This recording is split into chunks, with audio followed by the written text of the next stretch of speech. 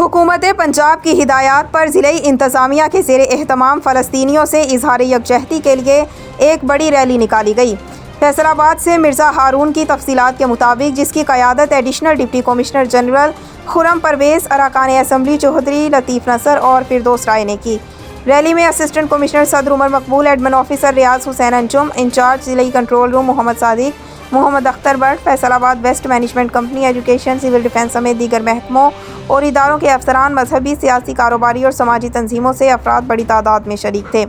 احتجاجی ریلی ضلع کونسل چوک سے شروع ہو کر خلیق قریشی روڈ بالمقابل فیصل آباد پریس کلب کچہری بازار چوک سے ہوتی ہوئی چوک گھنٹہ گھر پہنچ کر اختتام پذیر ہوئی۔ ریلی کے شرکاء نے فلسطینیوں کی حمایت اور اسرائیلی جارحیت کے خلاف آواز بلند کی۔